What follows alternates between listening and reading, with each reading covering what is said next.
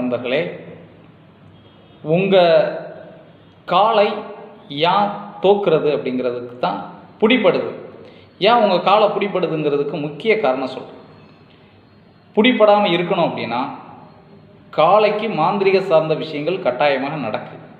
முதல் விதிமுறைகளை நான் சொல்கிற சுருக்கமாக உங்களுக்கு விஷயத்துக்குள்ளே நான் வந்துடுறேன். முதல் விதிமுறைகள், உங்கள் மாடில் சில மைகள் இருக்குது. மைகளை வச்சுட்டோம் அப்படின்னா, நீங்களே கழிப்பட்டுக்கு இருப்பீங்க, சில மையை வச்சு நகையை கலத்தி கொடுத்துட்டாங்க, அதை கலத்திட்டு, இதே மாதிரி மாடுக்கு கட்டாயமாக பண்ண முடியும். மையை தடவுனாலே போதும்.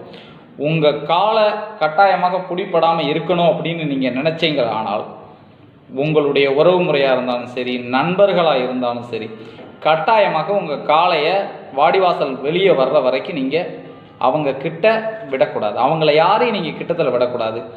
ஏதேனும் கோயிலில் இருந்து விபூதிகளோ இல்லை பொருள்களோ, நான் அந்த குலசாமிகிட்ட வேண்டிட்டு வந்திருக்கேன், நீங்கள் நம்ம காலைக்கு இது போடுன்னு சொன்னால் போடாதீங்க, கண்டிப்பாக போடாதீங்க. இதில் நிறைய பிரச்சனைகள். எதுக்குன்னா, எங்கள்கிட்டையும் அதே மாதிரி வர்றாங்க.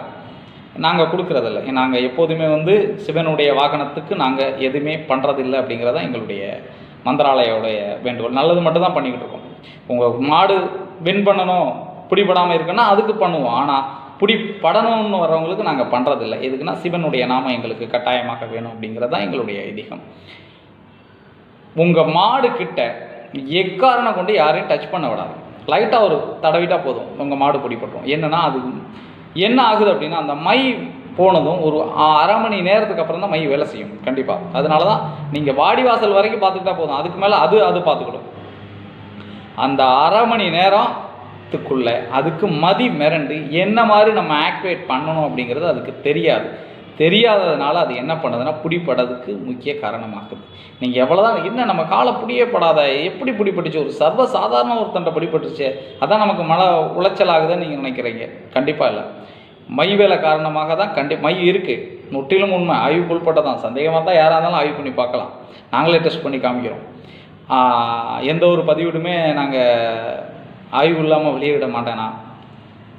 உங்கள் காலை கண்டிப்பாக பிடிபடாமல் இருக்கணும் அப்படின்னா ஒரே விஷயந்தான், நீங்கள் செய்யக்கூடிய ஒரே விஷயம், எக்காரணம் கொண்டு யாரையும் தொடவே விடாதீங்க. தொட விட்டீங்க அப்படின்னா கண்டிப்பாக இருக்கும்.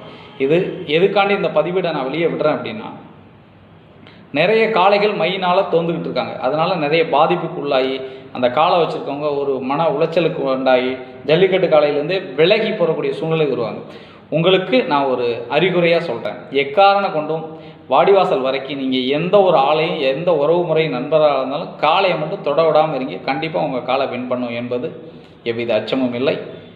உங்கள் காளையை வெற்றிகரமாக நீங்கள் வின் பண்ண வைக்கணும் அப்படின்னா நான் சொன்ன விதிமுறைகளை கடைப்பிடிங்க. கட்டாயமாக உங்கள் காலை கண்டிப்பாக உண்டு.